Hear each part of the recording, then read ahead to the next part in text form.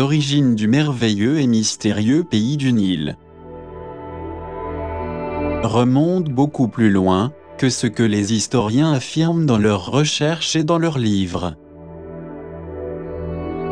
On pourrait remonter à la période des dieux stellaires, qui possédaient une technologie très avancée et dont les fonctions extraordinaires sont encore inconnues de nos jours,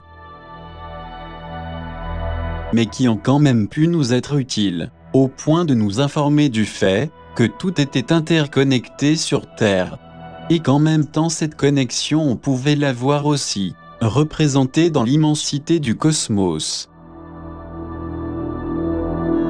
On peut donc en conclure qu'il existe une vraie fusion terrestre stellaire, et dont l'importance est difficile à comprendre à une époque comme la nôtre, dominée par le matérialisme dogmatique. Et pourtant il y a des évidences qui nous démontrent objectivement l'existence de connexions se produisant depuis des passerelles qui sont orientées vers certaines constellations bien précises.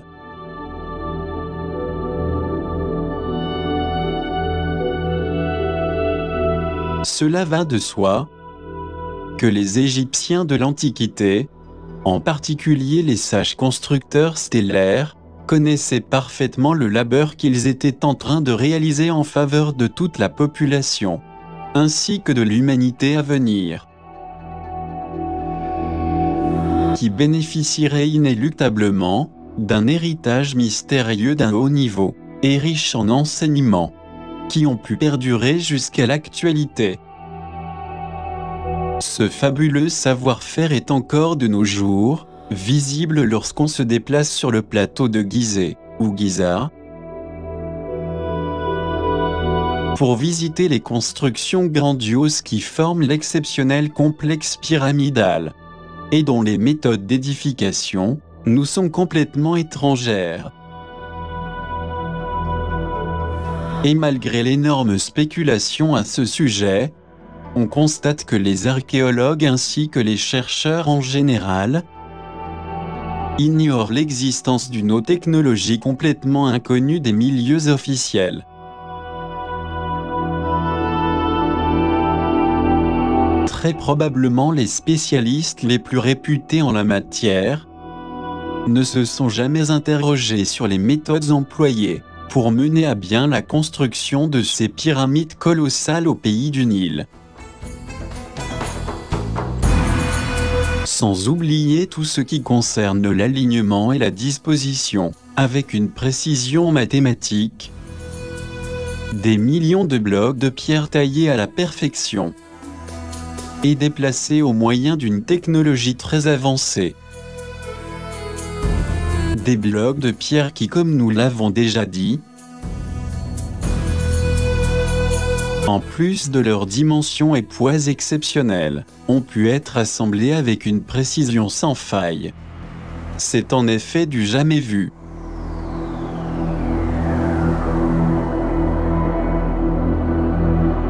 Mais il ne s'agit que de l'ensemble des pyramides que l'on peut tous admirer, et qui est là à disposition des chercheurs les plus chevronnés.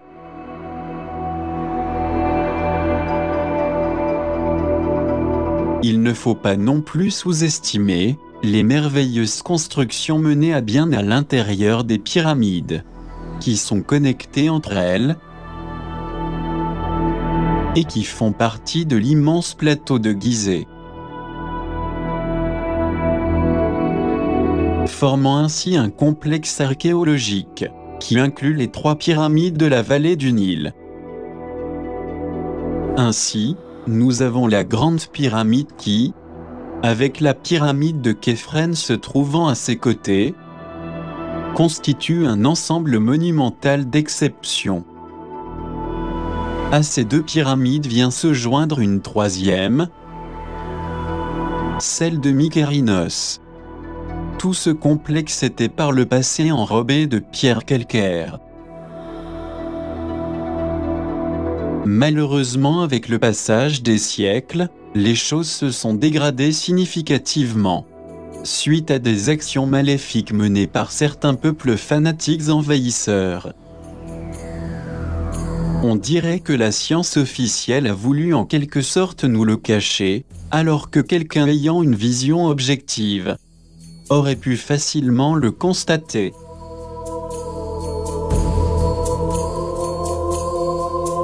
D'autant plus que chaque bloc de granit était recouvert avec de la pierre calcaire, dont chacun des 2,5 millions de blocs qui composent la Grande Pyramide peut peser de 2 à 70 tonnes.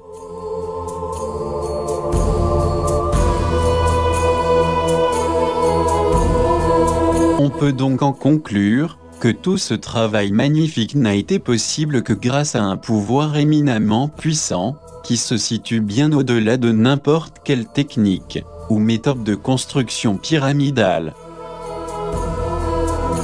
Il est absolument impossible que ces constructions cyclopéennes soient le résultat d'une simple intervention humaine, telle que l'on veut nous le faire croire. Nous parlons d'un désert où il n'y avait rien, loin des carrières d'où il fallait extraire 2 millions de blocs de pierre, les transporter, et enfin, les placer jusqu'à une hauteur de 150 mètres.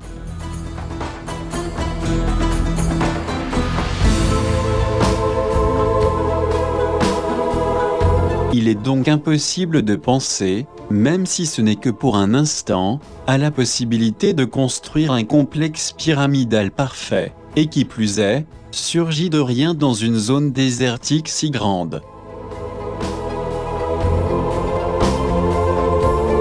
Bien au-delà de ces constructions parfaites, le plus impressionnant c'est le fait d'avoir pu représenter sur la zone des pyramides une sorte de réplique, à savoir, le reflet de la constellation d'Orion et de l'amas des Pléiades, qui sont parfaitement repérables sur les différentes pyramides qui occupent ce terrain immense, étant donné que l'on peut y voir la projection de leur image sur la Terre. Ce qui est pratiquement inimaginable aux yeux de l'astroarchéologie moderne, malgré les évidences reconnues par beaucoup de personnes. Il s'agit toujours d'un groupe de pyramides qui ont été érigées dans un style architectural parfait et incomparable, dont la géométrie sacrée représentée nous est totalement inconnue,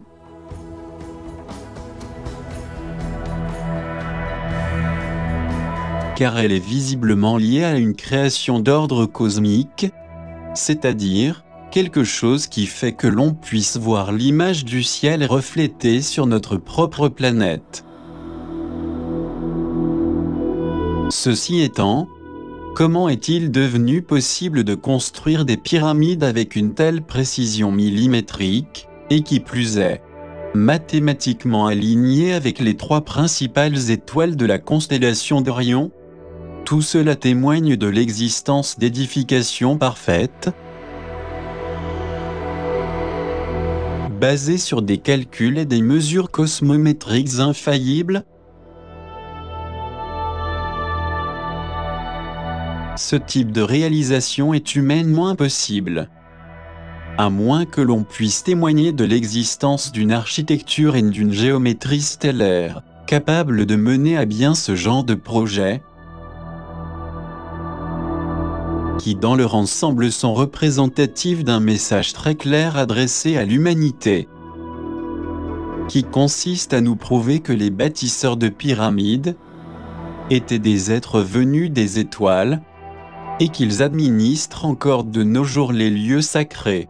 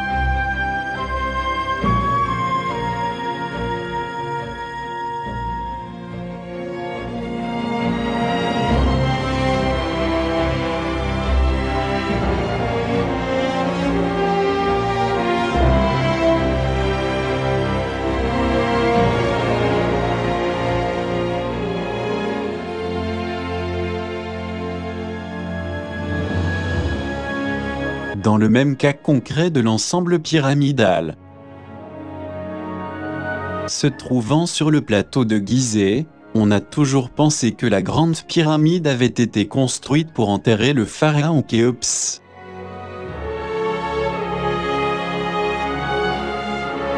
Mais, est-ce réellement comme les chercheurs modernes nous l'ont présenté, ou plutôt, sa construction obéit à tout autre objectif, comme celui de canaliser de l'énergie solaire, cosmique et stellaire, au profit des pharaons et des reines de ces époques dorées?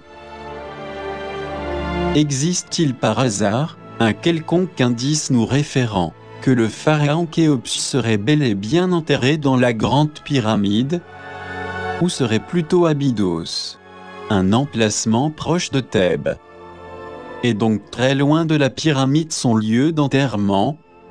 Au vu de la découverte dans ces lieux, d'une statuette d'ivoire portant le nom de Khéops ou de Khufu,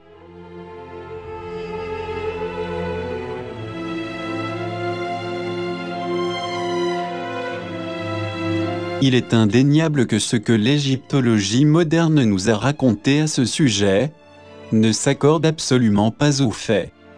Ce qui a d'ailleurs troublé l'esprit de millions de passionnés de cette merveilleuse science millénaire. Les seuls faits historiques connus à ce jour font état d'une incursion menée par une expédition anglaise qui, dans sa recherche des objets de l'ancienne Égypte, aurait trouvé dans une chambre funéraire d'Abydos les restes du pharaon Mykérinos, dans un sarcophage rectangulaire de basalte. Plus tard, le sarcophage avec les restes du pharaon furent extraits de sa tombe réelle, pour être embarqués dans un bateau en direction de l'Angleterre. Pendant sa traversée, et se trouvant étrangement pris au milieu d'une tempête, près des côtes de l'Espagne, le navire subit l'impact des flots qui l'ont fait sombrer, livrant le sarcophage et objets funéraires de pharaon Mykérinos à une mer déchaînée. Cet étrange naufrage serait-il un présage ou une mise en garde adressée à tous les pilleurs des tombes réelles? Ou s'agirait-il tout simplement d'un accident comme on a généralement la tendance à croire? En ce qui nous concerne et d'après ce que nous pouvons en déduire, cela révèle un pouvoir invisible qui a toujours protégé et veillé sur l'Égypte. Ce fait étant également confirmé par un récit historique du pharaon Thutmosis IV, où l'on fait état de la protection et sauvegarde dont l'Égypte a toujours bénéficié. On raconte ainsi, comme le futur pharaon avait fait un rêve auprès du sphinx mystérieux. D'ailleurs, ce monument a été toujours très respecté parmi les Bédouins, les habitants de la région. Ce qui vient conforter le halo des mystères ancestraux, érigés avec le passage du temps autour du sphinx, gardien silencieux et protecteur des pyramides insondables. Outre les mystères évoqués, son emplacement se révèle également révélateur. Effectivement, le sphinx se dresse et pointe vers le lever du soleil, à l'équinoxe de printemps. Alors que la nuit arrivait, il parcourt de son regard la constellation du Lion.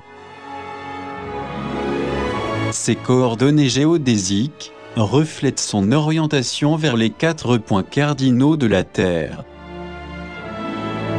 tandis que sa face énigmatique surveille à l'est la sortie du soleil Ra.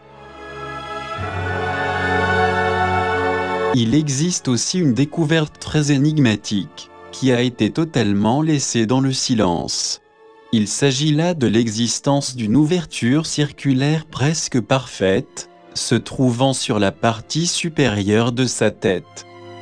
Cet orifice, au dire des experts, fut tout de suite scellé, afin d'empêcher toute expertise de la porte d'entrée, conduisant vers des chambres à l'intérieur du sphinx mystérieux.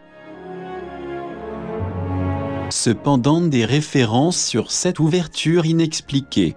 Tombée dans l'oubli, suite à l'intervention des gouvernements par le passé, on peut en trouver dans des récits d'explorateurs qui en ont fait mention sans ambiguïté. Mais le caractère magique du Sphinx, qui a traversé d'innombrables siècles, ne s'arrête pas là. Il s'ajoute à ceci la présence des surprenants tunnels souterrains, qui le relient avec la Grande Pyramide. Cependant, et comme nous l'avons déjà signalé à d'autres reprises, on entend à peine l'écho de ces mystérieuses galeries. Ce qui laisse entrevoir la forte probabilité de l'existence d'un important réseau de couloirs secrets, qui se connecte directement avec la Grande Pyramide de Gizeh.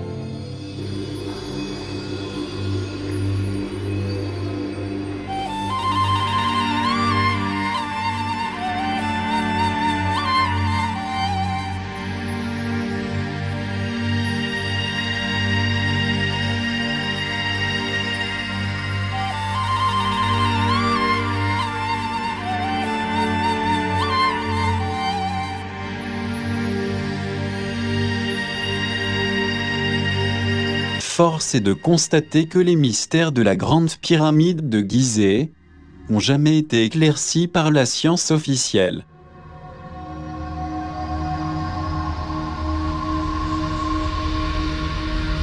En effet, construire une pyramide colossale de presque 150 mètres de hauteur et d'un périmètre gigantesque de 926 mètres, c'est un prodige qui n'est pas encore à la portée de l'homme.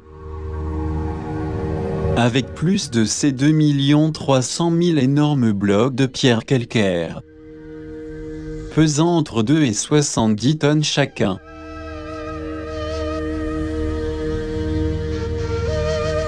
Cela devient un défi insurmontable, en dépit des discours officiels, qui prétendent montrer un ouvrage dans lequel seraient intervenus des milliers d'ouvriers, des constructeurs supposés, de ces colossales œuvres d'architecture.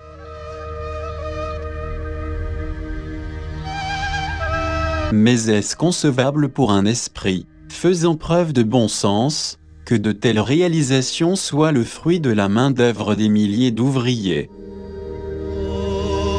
Sachant que l'aboutissement de tels prodiges architectoniques ont eu besoin des calculs mathématiques et des mesures très précises pour réussir l'assemblage de ces millions de blocs de pierre parfaitement polis à leur origine. Si nous faisons appel à la logique, il s'avère impossible de pouvoir édifier une telle structure monumentale et symétrique, comme sont les pyramides,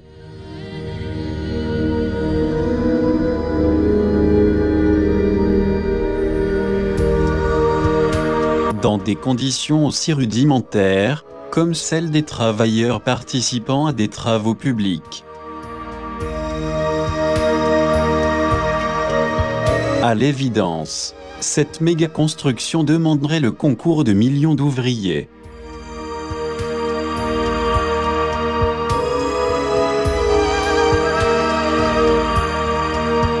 Qui seraient obligés de mettre des centaines d'années pour arriver à leur but. Or, aucune trace ou preuve existante est en mesure de montrer ces moyens utilisés pour aboutir à cet exploit architectural qui frise la perfection. Cela nous porte à croire à la nécessité d'utiliser une technologie extraordinairement avancée, qui serait la seule capable d'y parvenir, et qui n'est pas forcément celle employée par des travailleurs de l'époque dans des conditions précaires. En effet, des constructions d'une telle ampleur ne trouvent pas d'explication que dans le domaine d'une technologie très poussée, ayant recours à l'antigravité.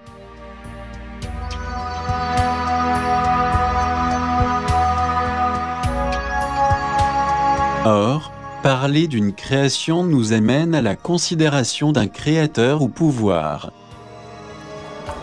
qui est au-delà de la technologie de téléportation ou d'antigravité. Car avant même l'assemblage des blocs de pierre, il a fallu les transporter des carrières, se trouvant à une distance d'environ 20 km. Traverser le Nil, pour enfin être placés selon une disposition et géométrie exacte.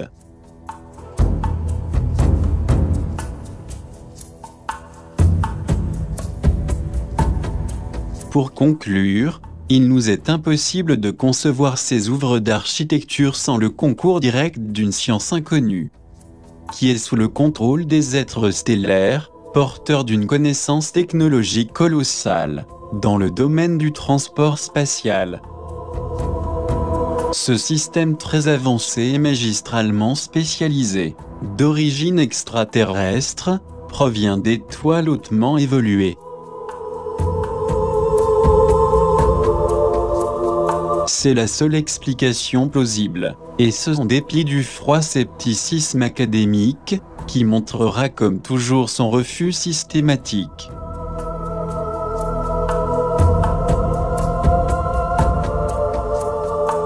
Ils n'ont pas toutefois une réponse qui vienne expliquer les faits, ne serait-ce que par une logique convaincante.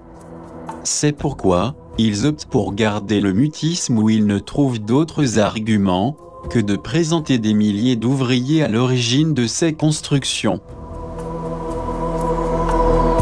Mais en réalité, il faut se rendre à l'évidence.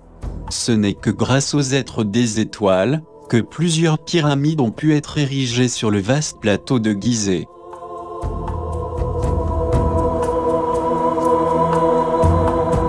Et cela grâce à la mise en œuvre d'une technologie totalement méconnue par notre science contemporaine, qui a permis au moyen de ces techniques de téléportation et d'antigravité dans l'espace, d'atteindre le but.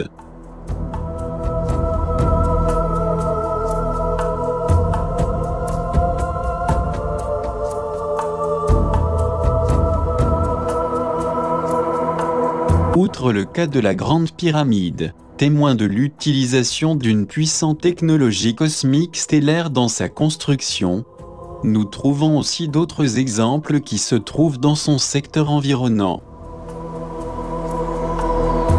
Il est également surprenant à signaler que par ses dimensions et son emplacement, elle établit un lien avec la géométrie et la masse de la Terre.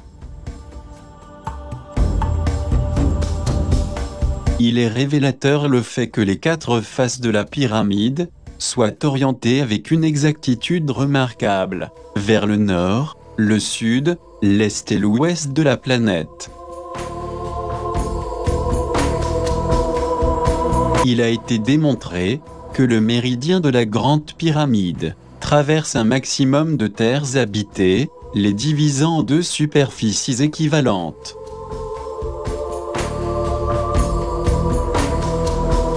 Cela constitue un axe qui divise les continents du globe, en l'est et l'ouest.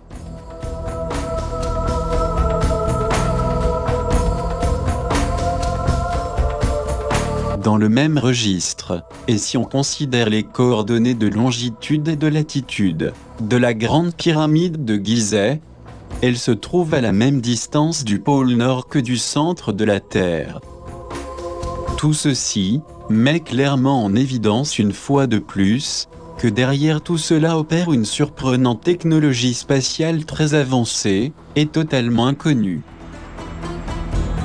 Raison pour laquelle la science officielle se voit dans l'impossibilité de percer le mystère occulte qu'il y a derrière cette insurmontable et plus qu'évidente technologie extraterrestre codifiée. Que dire d'ailleurs sur certaines révélations astronomiques, montrant le résultat obtenu, du fait de multiplier la hauteur de la Grande Pyramide par 1 million, pour calculer ainsi la distance entre la Terre et le Soleil. Pareillement, si nous multiplions le pouce pyramidal par 100 milliards, cela ferait la distance parcourue par la Terre sur son orbite dans 24 heures. Qu'en pensez-vous ?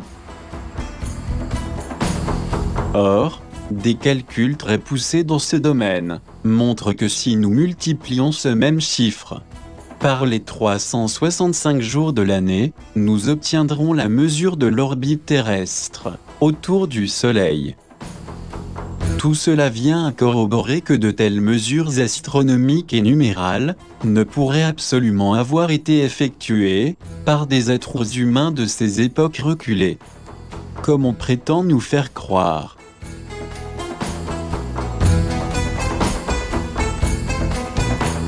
Mais qu'elles font partie d'un savoir scientifique très évolué, détenu par un pouvoir supérieur stellaire, et qui a été ignoblement occulté. Tout comme d'autres innombrables créations. Tout cela a fait l'objet de l'occultation et de la censure mise en place par les forces obscures, qui exercent le contrôle de cette planète, et de cette humanité inconsciente qui ignore complètement cette réalité.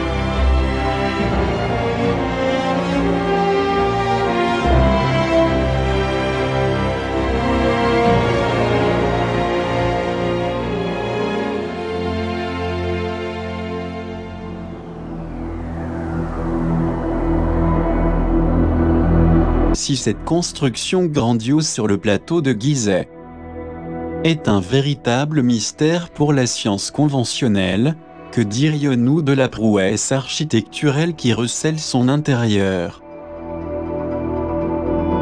L'orthodoxie officielle aura beau à fournir des explications, les plus incohérentes les unes que les autres, ou à se taire face à l'inconnu.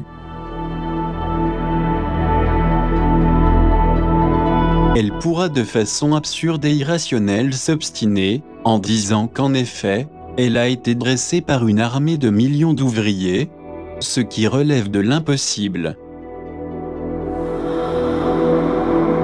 Elle pourrait peut-être mépriser comme d'habitude, nos capacités de raisonnement logique.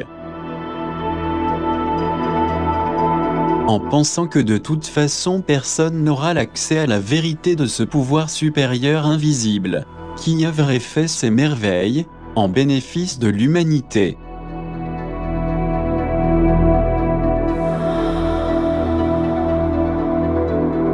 Il est tout aussi prouvé que la grande pyramide est composée d'un complexe réseau de corridors et des galeries qui relient les bien connues chambres du roi,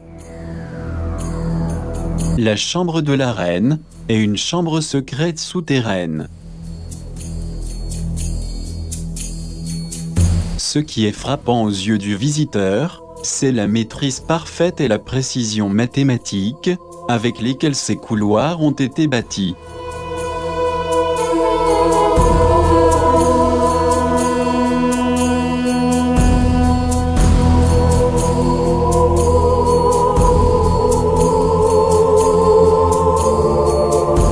Outre ces données de singulière précision, ces corridors font une descente dans un angle rigoureux et équidistant de 26 degrés.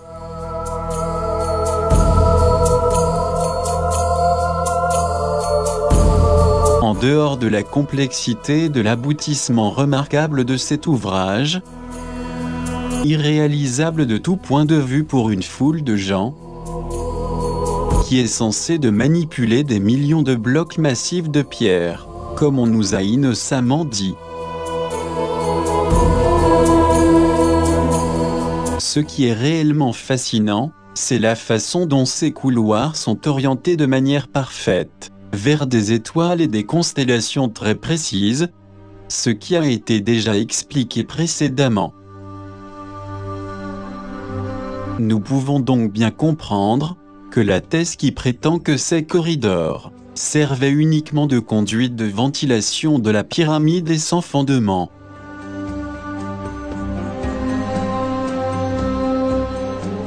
Des recherches menées par des égyptologues détournées de la version officielle ont mis en lumière toutefois que ces conduits couloirs minuscules de 20 cm précis de chaque côté ont une longueur de presque 70 mètres chacun, jusqu'à la surface extérieure. Ceci étant, on pourrait être mené à se demander pour quelles raisons ils auraient pu être conçus et taillés par des bâtisseurs, si le but n'était pas celui d'établir une connexion spécifique et directe avec les étoiles.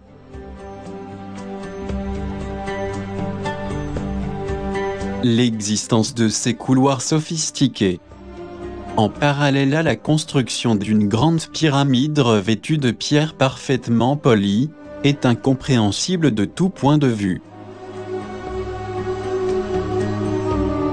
Ce qui nous indique manifestement que leur finalité n'était exclusivement celle d'une technique de aération de l'espace intérieur, comme on a couramment pensé. Dans tout le travail effectué dans la grande galerie, et dans la construction des conduits intérieurs, on observe une perfection mathématique, mais ce n'est pas tout. On observe également un savoir-faire et un travail de qualité supérieure, dans la conception de tout l'extérieur. Ceci ne reflète pas l'idée qu'elle ait pu être bâtie à l'aide d'un système rudimentaire, comme on a souvent voulu nous le faire croire. Placés de façon parfaitement symétrique, les près de 2,5 millions de pierres, sur un angle de 60 degrés, et sur les bords extérieurs de la Grande Pyramide.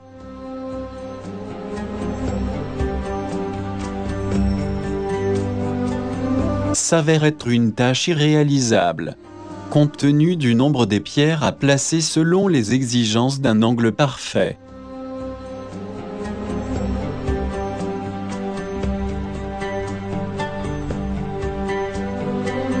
De même, dans cette merveilleuse et mystérieuse pyramide de Gizeh, on a également découvert que pour faire circuler de l'air dans son intérieur,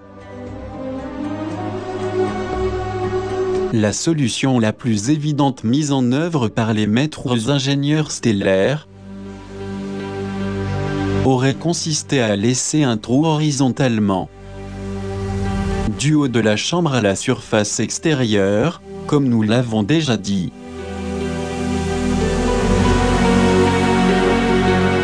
Nous pouvons donc constater que la construction intérieure et extérieure des pyramides a été méticuleusement bien calculée.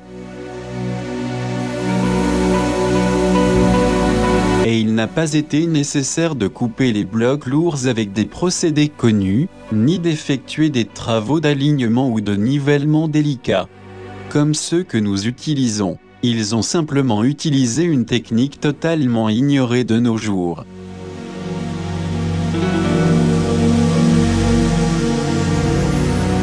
Car il n'y a aucun indice de la façon dont il aurait pu placer et distribuer les énormes pierres parfaitement alignées. Et ce qui est encore plus difficile à expliquer, sans aucune sorte d'éclairage intérieur, puisqu'il n'y a pas la moindre trace de suie ou de fumée produite par des torches. Or, cette absence de traces de fumée a également été observée lors de la construction des grands et énigmatiques tombeaux, qui se trouvent dans la vallée des rois et des reines.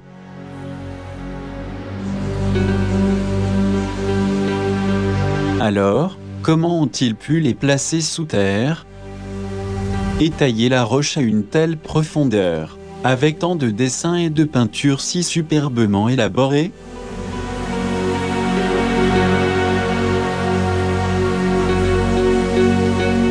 Ce que l'on sait, c'est qu'il utilisait des lampes étranges qui projetaient une lumière si intense que tout s'éclairait. Ces faits étant reportés par des textes trouvés à Deir el-Médine.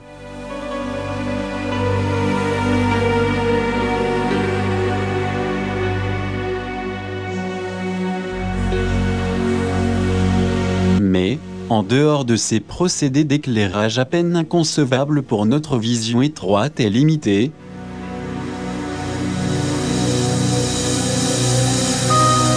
que pouvons-nous dire à propos de la grande énigme renfermée dans les prétendus sarcophages ou arches, qui se trouvent à l'intérieur des pyramides, ainsi que dans d'autres enclaves mystérieuses qui existent partout en Égypte? Étaient-ils vraiment des sarcophages, comme on nous a fait toujours croire, ou il s'agissait en fait de récipients bien taillés, en forme de baignoire ou des jarres, pesant plus de 30 tonnes?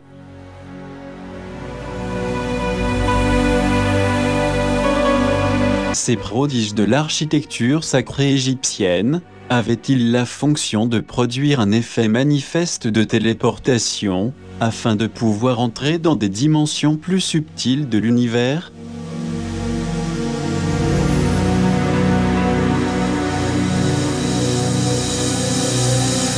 On peut en conclure que c'est évidemment le cas, car ce n'est pas pour rien que les êtres stellaires les ont bâtis dans des lieux si spécifiques.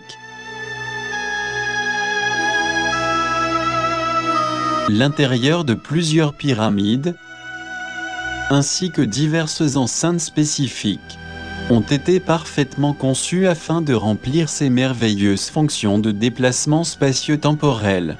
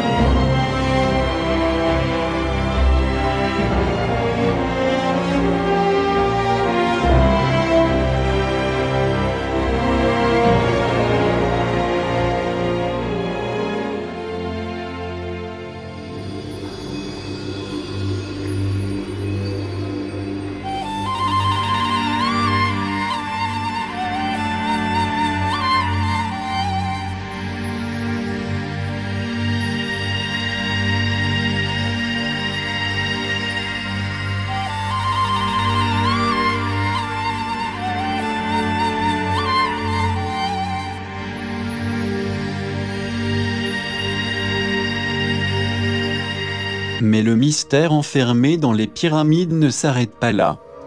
Il n'a pas été correctement expliqué à tous ceux qui sont plus conscients et intéressés par cette connaissance en égyptologie.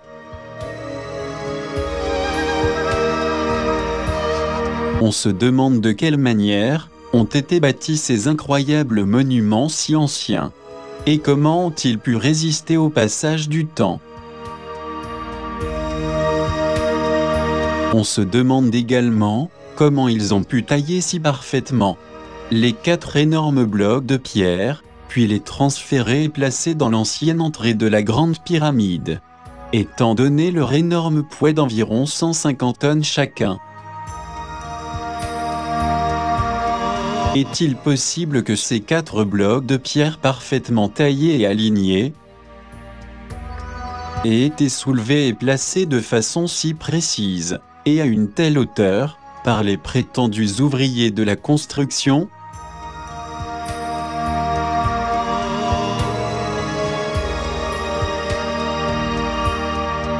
Il est absolument incontestable que les pyramides, ainsi que d'autres grandes constructions, ont été érigées suivant un procédé technologique spécial d'envergure.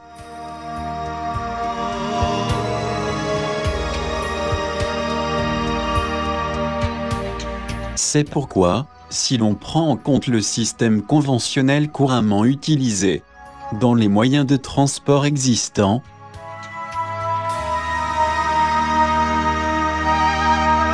nous constaterons invariablement qu'il est tout à fait impensable que ces énormes blocs de pierre aient pu être travaillés, acheminés, soulevés et ensuite placés à des endroits précis.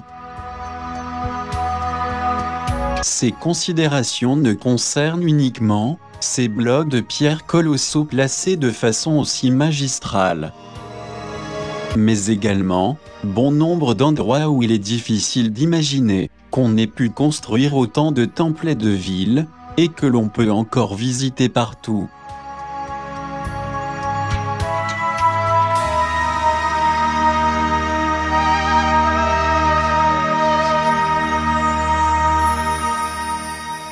De plus, il y a un autre mystère qui n'a pas été élucidé par l'archéologie officielle.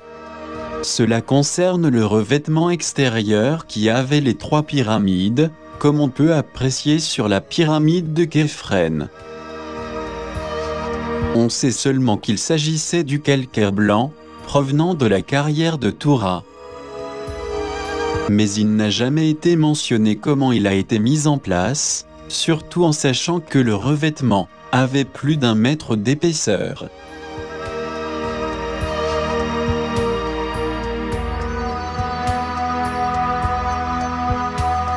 Or, y aurait-il une raison pour ne rien dire à ce propos? Se pourrait-il qu'il n'y ait aucun argument valable qui explique l'apparente impossibilité pour la mise en place d'un revêtement avec des milliers de plaques à cette hauteur, sans avoir recours à une technique spéciale? Une autre énigme irrésolue, c'est l'absence de vestiges prouvant l'existence des logements de ces prétendus millions d'ouvriers, qui, comme il est normal, avaient besoin de se loger avec leur famille, de cuisiner les aliments, et de se nourrir pour travailler.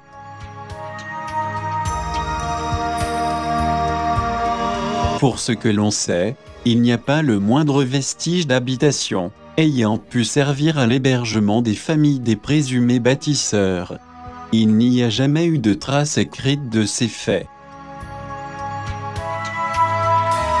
La seule chose que nous pouvons affirmer très clairement est que seul un pouvoir inconnu aurait pu bâtir les pyramides, ainsi que beaucoup d'autres cités-temples aux dimensions colossales qui ont existé dans le solennel pays du Nil.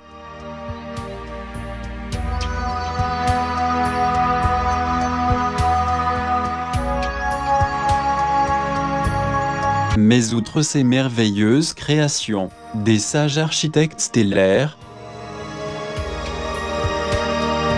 que pouvons-nous dire au sujet des obélisques géants en forme d'aiguille, se dirigeant majestueusement vers le ciel, Est-il possible qu'ils aient été construits par la main de l'homme de cette époque reculée, au vu de leur poids? On sait également qu'ils ont été bâtis à l'aide d'une technologie supérieure, car bon nombre d'entre eux atteignaient plus de 40 mètres de haut. Et chacun de ces monuments pouvait atteindre les 1200 tonnes.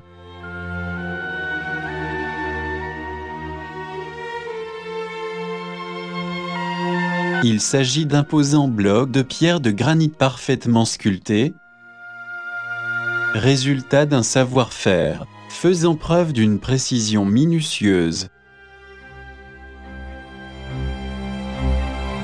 Ce qui n'est pas du tout envisageable, si l'on pense à des rudimentaires ciseaux de cuivre, pour ciseler des pierres aussi dures que le granit. Il faut noter qu'avant d'être utilisés pour les constructions, les blocs de pierre devaient être dégrossis, soulevés et acheminés, depuis leur carrière à des centaines de kilomètres. Il est vraiment impressionnant de constater que la technologie égyptienne dépasse de loin notre technologie actuelle et est toujours prête à nous surprendre. Elle comprend des techniques sans égales, qui outrepassent nos concepts élémentaires en construction.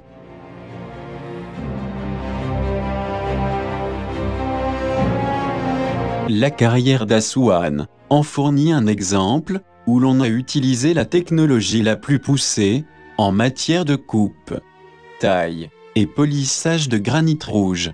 On a trouvé sur place des restes de scie, qui coupent le granit comme du carton. Le procédé d'extraction est si surprenant qu'il existe encore des trous qui ont été réalisés par des forêts impressionnants, qui perçaient la roche avec une puissance maintes fois supérieure à celle de nos jours. Est-il possible de faire ce travail colossal sans penser à une force supérieure à celle de l'être humain? Est-ce que la science et l'archéologie officielle ont l'intention de continuer de profiter de notre inexpérience, de notre naïveté et de notre inconscience, alors que l'on sait très bien que de tels exploits sont inconcevables dans nos connaissances actuelles?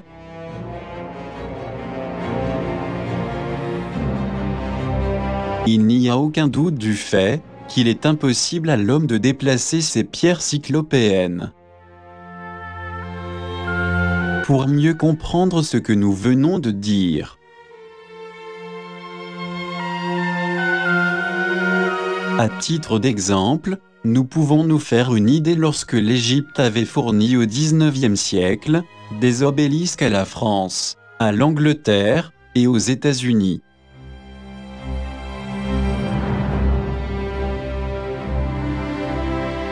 Pour leur transport, il a fallu faire une traversée difficile par la mer et construire par la suite un train spécial afin qu'ils puissent arriver à leur point de destination. Le transport a été énormément difficile, car en plus de fabriquer un train spécifique pour atteindre leur objectif, il a fallu aussi travailler jour et nuit, pendant 4 mois. Et nous faisons mention uniquement de l'énorme difficulté concernant le transport des obélisques monumentaux.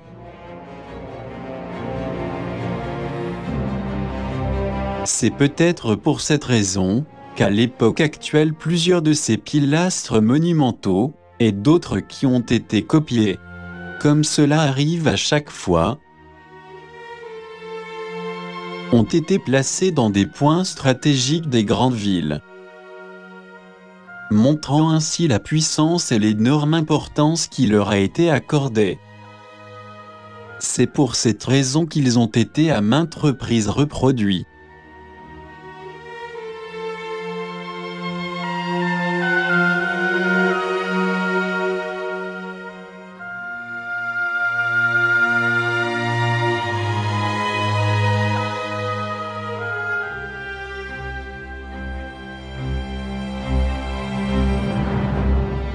Mais outre ces faits difficiles à croire pour la mentalité actuelle, à notre connaissance, derrière ces constructions énigmatiques, il y avait autre chose qui n'est pas mentionnée.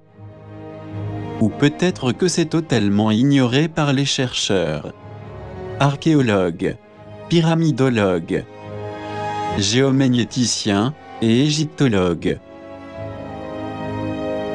Car on a toujours su que les obélisques et le petit pyramidion, qui se trouve au sommet, avaient un but qui n'a rien à voir avec une décoration comme l'on peut spéculer. En fait, nous n'ignorons pas que son but était de canaliser et de distribuer des énergies électromagnétiques dans toute la région,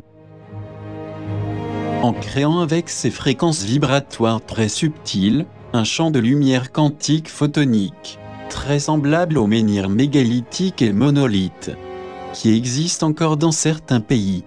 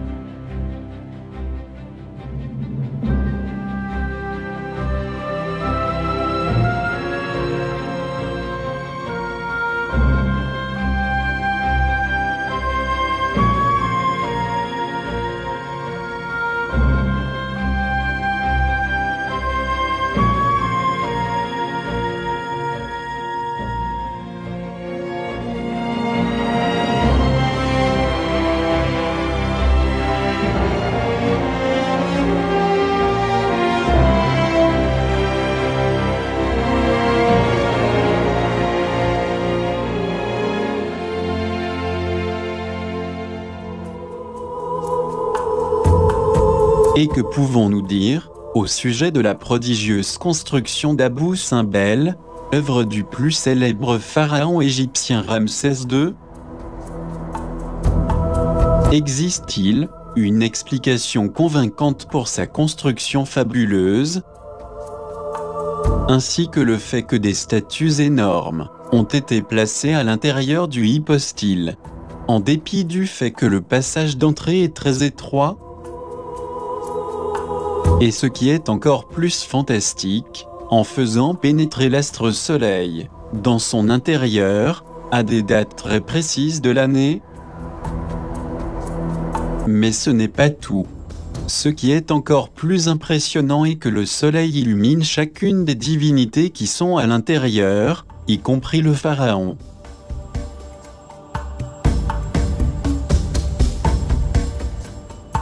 Il est évident qu'il doit y avoir un pouvoir supérieur pour réussir une construction à un endroit si particulier et mystérieux, où le soleil ira pénètre directement dans la chambre intérieure du temple, à des moments bien précis. Il y a aussi un autre fait assez impressionnant. Comment le temple aurait-il pu être construit avec une telle profondeur et une telle perfection mathématique? Sur un rocher dur, à l'aide de simples technologies élémentaires?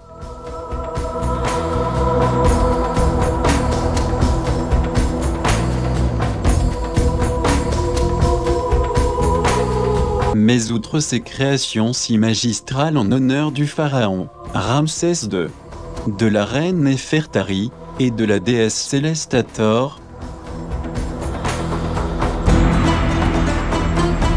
que dirons-nous du monumental Ramséum et des cités-temples de Karnak et de Luxor? Existe-t-il une preuve recevable et convaincante de sa construction par la main de l'homme? Existe-t-il un moyen de neutraliser la force gravitationnelle sous la supervision des sages architectes très doués, et permettre de voir le jour à des sculptures imposantes, et des temples parfaitement sculptés, dont leur magnificence se perpétue jusqu'à nos jours?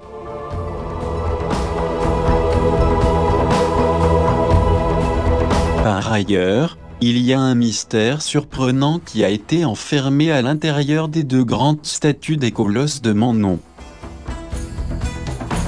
Lorsque l'astre Soleil ira se montrer à l'horizon au début de chaque journée, d'une manière étrange, ces statues énigmatiques du pharaon Aménophis III émettaient un son prolongé qui sortait des pierres elles-mêmes. Cependant, un événement impressionnant se produisit. Après qu'un empereur les ait entendus, il essaya de les réparer et à sa grande surprise les merveilleux sons disparurent étrangement.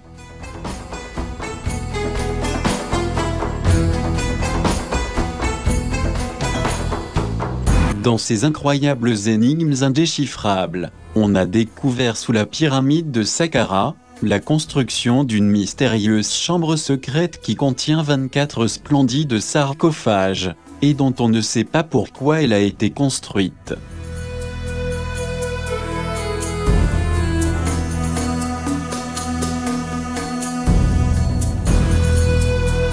Aurait-elle un objectif plutôt extraterrestre pour canaliser des énergies de téléportation?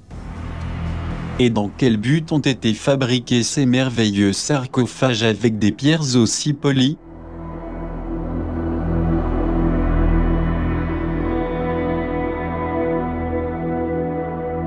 Ce qui attire encore plus l'attention, c'est la raison pour laquelle ces pierres ont été introduites à l'intérieur, étant donné que chacune de ces pierres de granit rose parfaitement travaillées pèse près de 100 tonnes avec le couvercle, et qu'elles se trouvent à cet endroit précis.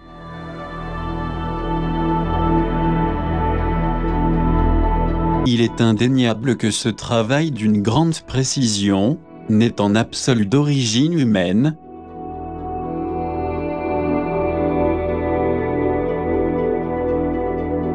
ce n'est non plus l'homme qui a pu tailler la pierre et la placer dans cet endroit parfait. D'autant plus que l'espace à l'intérieur de la chambre est extrêmement réduit.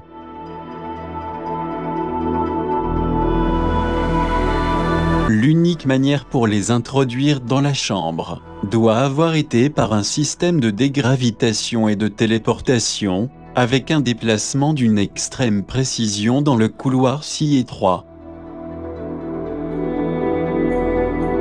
C'est peut-être pour cela que les égyptologues et l'anthropologie officielle évitent de se prononcer sur cette découverte, pour éviter de faire des déclarations en dehors de toute logique actuelle. La science officielle dévoilera-t-elle à un moment donné les véritables mystères de cet énigmatique endroit sacré? Ou diront-ils, comme toujours, autre chose pour cacher la vérité?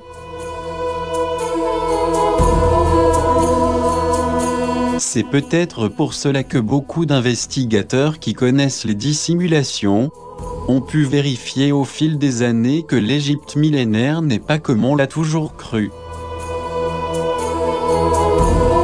mais qu'en réalité elle représente un surprenant reflet du ciel, que nous pouvons aussi corroborer dans les voûtes des tombes royales, et sur les cartes stellaires.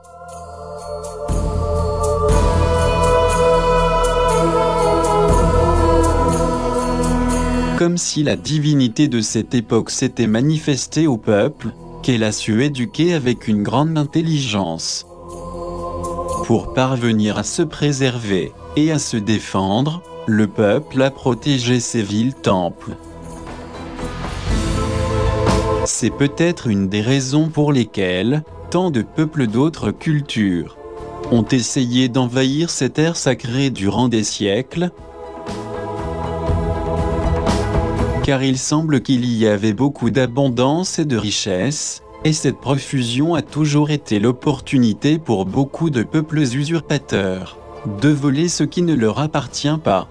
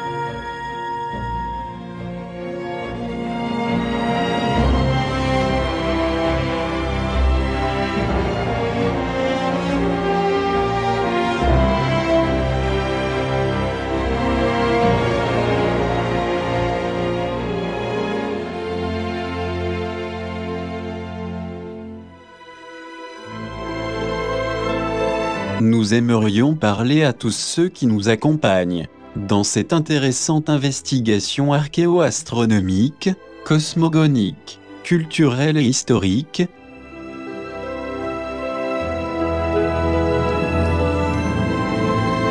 Des mystères de la Duat, de l'Ankh, ou clé de la vie, du Djed du dieu Osiris.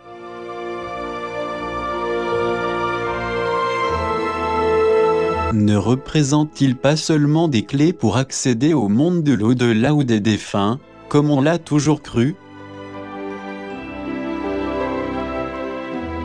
Ou y avait-il quelque chose de plus en rapport à certains tunnels espace-temps, ou des énigmatiques portails multidimensionnels, par lesquels les dieux anciens pouvaient voyager avec ces intrigantes clés?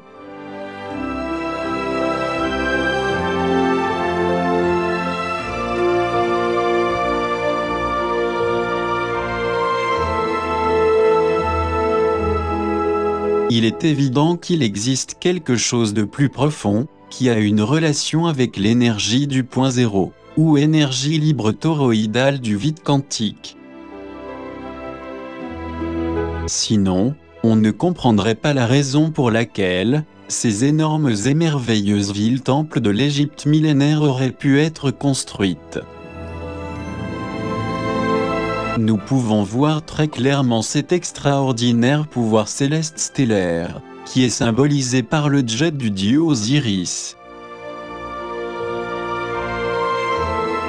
Puisqu'il semble que son incroyable labeur était d'ouvrir des portails multidimensionnels de l'espace-temps. Dans l'iconographie égyptienne, il est aussi démontré qu'il y avait une intime connexion stellaire provenant des dieux primitifs, dans le but de se connecter intérieurement avec eux.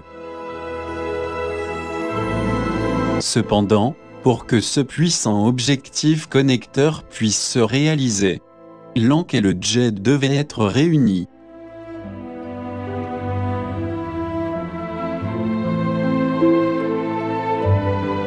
En plus de ce fait si méconnu, il y a aussi le mystérieux oiseau Nejbet,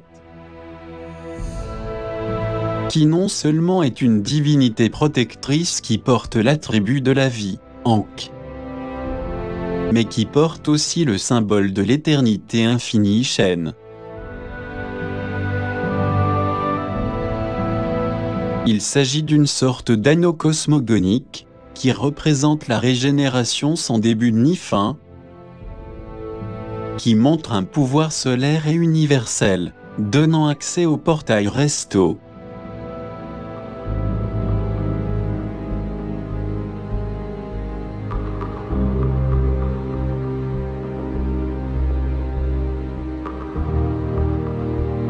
De même, les énigmatiques constructions réalisées dans toute la Basse et la Haute-Égypte ont révélé au fil des siècles une fonctionnalité astro-archéologique sans précédent. Et qu'elles sont aussi très difficiles à définir, puisqu'elles sont basées sur de complexes calculs mathématiques, qui donnent en majorité des résultats et des chiffres cosmiques. Nous pensons dans ce cas que la majestueuse pyramide de Gizeh a été une structure éblouissante, qui a été en mesure de créer et de produire une grande quantité d'énergie.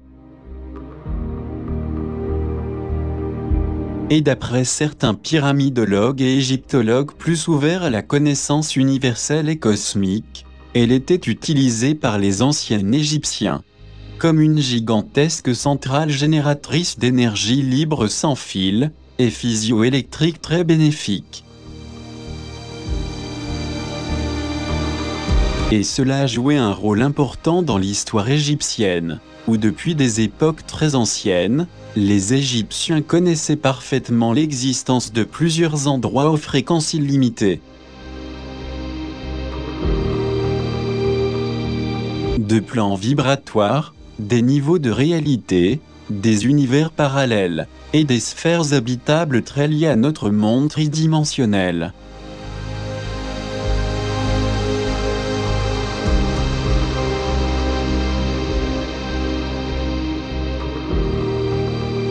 voulons dire par là qu'ils ont utilisé des appareils de dégravitation et d'invisibilité, basés sur l'énergie libre du point zéro, qui était extraite des photons, ou en d'autres termes, des faisceaux de particules lumineuses.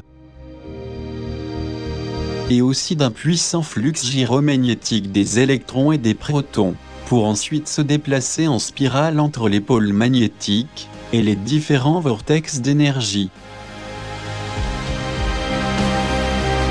Cela signifie qu'ils avaient l'énorme capacité de se déplacer par des tunnels temporels de l'espace, ou des champs de force unifiés fractales, en suivant un réseau de communication intergalactique.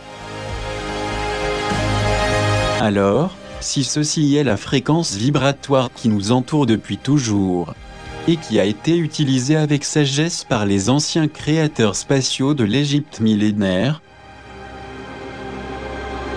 ne serait-il pas correct que l'humanité actuelle puisse obtenir le plus tôt possible la même technologie qu'avaient les anciens peuples, pour vivre de façon plus décente ?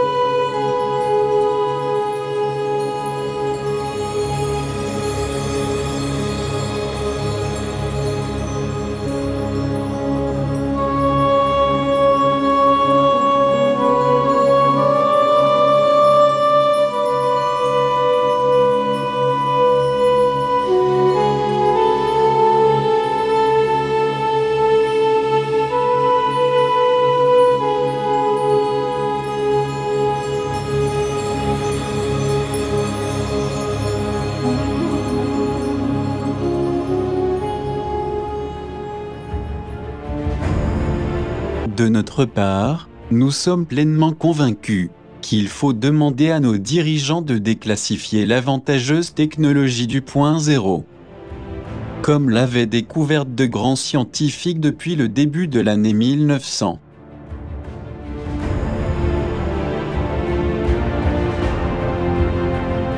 Les anciens Égyptiens qui étaient très évolués, ont su utiliser avec beaucoup d'intelligence et de sagesse ce type de technologie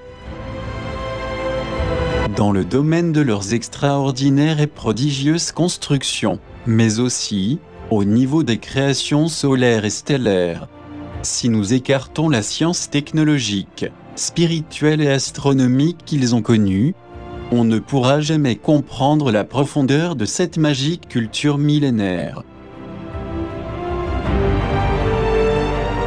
Ils ont utilisé pour leur développement une superconductivité de faisceaux de lumière, ou particules de photons, provenant d'ondes électromagnétiques d'une grande puissance lumineuse et interstellaire.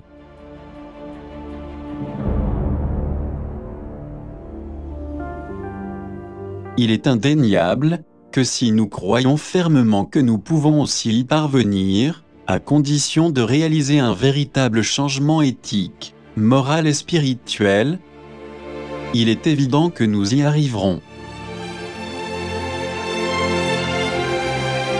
Rappelons-nous qu'il s'agit d'une technologie très avancée, que nous avons le droit d'obtenir. Comme ça se passe de façon habituelle dans toute évolution positive. Quant à cette merveilleuse science universelle qui arrive depuis le firmament, ou portail resto, où se trouve le Dieu sidéral suprême,